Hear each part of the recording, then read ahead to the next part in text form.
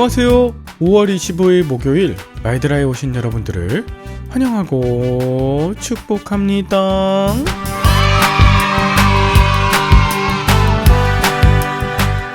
이제 5월의 마지막 목요일인데요.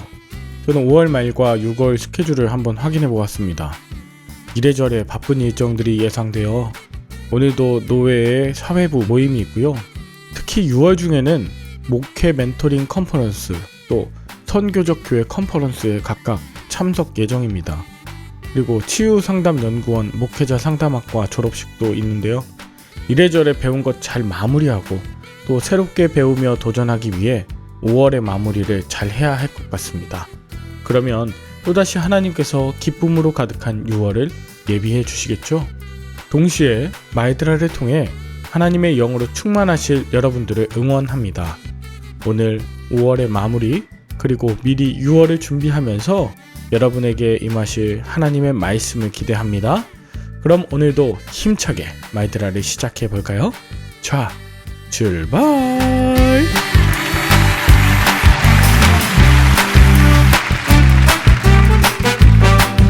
오늘은 사무엘상 19장입니다. 어제 본문에선 악신, 즉 낮은 자존감과 상처, 결핍으로 얼룩진 사울이 계속해서 다윗을 죽이고 싶어하며 두려움을 느끼고 있었는데요. 오늘 본문에서도 사울은 다윗을 공개적으로 죽여 없애고자 합니다.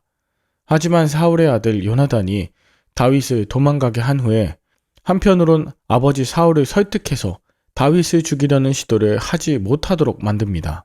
요나단은 살기가 가득한 아버지 사울 앞에서 무죄한 다윗을 죽이는 건 하나님 앞에 범죄하는 일이라고 주저없이 직언하고 있습니다. 요나단에게 있어서 다윗은 경쟁자가 아니었어요. 오히려 동역자요, 하나님의 사람이요, 하나님과 왕에게 있어서는 충성스러운 신하로 보였습니다. 이렇게 다윗을 지지하는 것은 아버지 사울에게 미움을 살 수 있는 굉장히 위험한 발언이었지만 그는 아버지보다 하나님을 더욱 두려워하였기에 이런 설득과 직언을 할 수 있었던 것이죠. 이런 요나단의 합리적이고 진실한 노력 끝에 아버지 사울은 이성을 차리고 다윗을 죽이지 않겠다고 맹세합니다. 진정한 사랑과 우정은 아프더라도 충원하는 것이며 하나님 앞에서 맺은 언약을 신실하게 지킬 때 가능합니다. 이런 요나단의 설득 덕분에 사울과 다윗 사이에 잠시나마 평화의 관계가 회복됩니다. 나의 사심 없고 두려움 없는 노력과 기도로 회복되기를 기다리는 상대들이 있나요? 우리 주변에 사울과 같은 사람 있더라도 포기하지 말고 평화의 관계가 회복되길 위해서 오늘도 힘썼으면 좋겠습니다. 그런데 8절, 전쟁이 다시 있었어요. 그때 다윗이 블레셋 사람들과 싸워 그들을 크게 쳐 죽입니다. 그러자 9절, 사울에게 또다시 악신이 임해요. 그리고 이성을 잃으면서 다윗을 죽이고자 시도합니다. 분명히 앞선 6절에 다윗을 죽이지 않겠다고 요나단에게 맹세하지 않았습니까? 이런 맹세를 헌신짝처럼 버린 것입니다. 블레셋에서 나라를 구하고 자신의 악신의 고통에서 구한 다윗에게 감사해야 하는데 시기와 질투심에 사로잡힌 사울은 다윗에게 단창을 날렸습니다. 사울 스스로 파괴를 자초하였습니다. 악한 영을 적극적으로 초대하고 있는 것이죠. 여러분, 누군가를 모욕하고 무너뜨리고 나서야 내가 세워진다고 착각하는 건 그건 진정 승리가 아닙니다. 그러자 다윗은 그 밤에 사울을 피해 도망치죠. 그런데 사울은 다윗의 집에 사람들을 보내어 아침에 그를 죽이도록 명령하였습니다. 이것을 알게 된 미갈은 밤에 다윗을 달아내려 도망치도록 하게 하고 침대에는 우상과 염소털로 덮어 다윗이 아프다고 거짓말하여 다윗이 죽을 위기를 모면시킵니다. 결국 아들 요나단의 참된 말과 딸 미갈의 거짓말에 의해서 아버지 사울의 계획이 좌절되고 있습니다. 근본적으로는 사울의 병적인 분노, 또 탐심, 의심, 이 파괴적인 마음이 아들과 딸과의 신뢰관계를 잃게 만들었어요. 이렇게 가족들한테 신뢰를 잃은 것, 이것이 가장 큰 비극입니다. 이제 다윗은 사무엘이 살고 있는 라마로 도망칩니다. 이 사실을 알게 된 사울은 다시 전령들을 보내어 다윗을 잡아오게 했지만 사울의 전령들이 라마로 도착했을 때 그들에게 하나님의 영이 임하여 모두 예언하고 두 번째, 세 번째 보낸 전령들도 모두 하나님의 영으로 사로잡혀 다윗을 잡는 것에 실패합니다.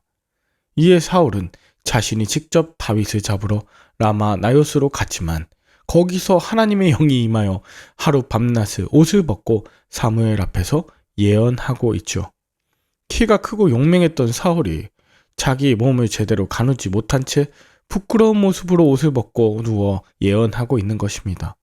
권력도 명예도 가족도 모두 다 잃고서 수치 가운데 끝나가고 있는 사울을 보면 우리의 인생이 어떻게 마무리되어야 하는가, 어떤 열매를 맺어야 하는가에 대해 깊이 있게 생각해 보게 됩니다. 여러분들은 오늘 본문을 통해 무엇을 느끼셨나요? 부모님이나 어른들 같이 힘이 있는 자가 권위적으로 누르거나 누군가를 저주하는 일을 본 적이 있으신가요? 누군가를 살려낸 말이라면 요나단처럼 담대하게 전해본 기억이 있으신가요?